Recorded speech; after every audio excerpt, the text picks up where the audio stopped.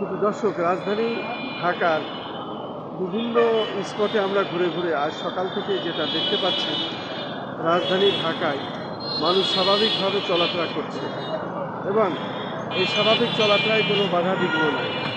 আমরা গত রাত্রে দেখেছি বেশ কিছু জায়গায় ফ্যাসিস্ট আমি সরকারের যারা দোসর, তারা বিভিন্ন এলাকায় বাসে আগুন দিয়েছে এবং বিভিন্ন অপ্রীতিকর ঘটনা, সন্ত্রাসী কর্মকাণ্ড চালানোর সময় বাংলাদেশ সেনাবাহিনী এবং প্রশাসন তাদেরকে ধরেছে আমরা দেখেছি।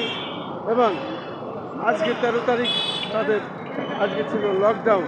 এই আমি দোসর শেখ হাসিনার ঘোষণায় দিল্লি থেকে তার যে প্রেসক্রিপশন দেওয়া ছিল সেই অনুযায়ী আজকে রাজধানী ঢাকা লকডাউন থাকার কথা ছিল, কিন্তু আমরা দেখতে পাচ্ছি রাজধানী ঢাকা অত্যন্ত পরিচ্ছন্ন।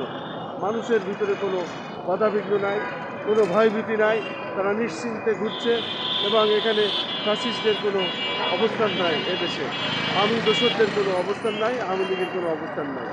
আমি রাজধানী ঢাকার এখন পুরানা পল্টন মোড় এলাকা, অত্যন্ত জনগুরুত্বপূর্ণ যে এলাকাটি, সেই এলাকাটি আমি এখন ধারণ করছি। আমি আছি সেখানেই, বিশেষ করে বাংলাদেশ সচিবালয় এবং জাতীয় মসজিদ বায়তুল মুকাররম এবং গুলিস্তান, সেই সাথে এই এলাকার বিভিন্ন দিকে রাস্তা চলে গেছে।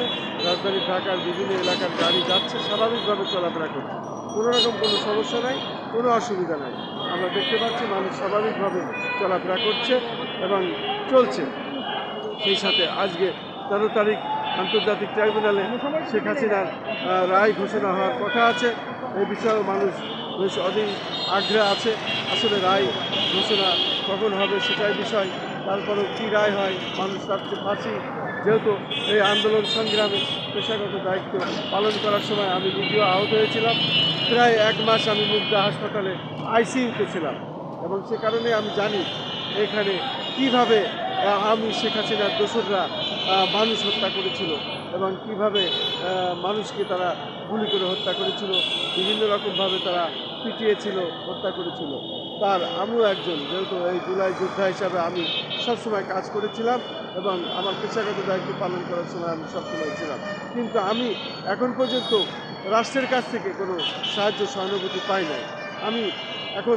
আমি জানাতে চাই যে এই দোসর শেখ হাসিনার ফাঁসি হোক, সেই সাথে আমাদের মতো যারা এই বিভিন্ন সময় আন্দোলন সংগ্রামে 17 বছর বাড়িঘর ছাড়া, পিতা ভাই হত্যা, দোকানপাট ভাঙচুর, কোটি কোটি টাকা লুফে দিয়েছে আমাদের, এই ন্যায় বিচার চাই। ন্যায় বিচারের প্রত্যাশায় আমরা আজও ঘুরছি এবং ঘরদোর ছাড়া আজও আমরা ন্যায় বিচার পাইনি। আমরাও ন্যায় বিচার চাই, আমরা ক্ষতিপূরণ চাই, আমাদের হত্যার বিচার চাই।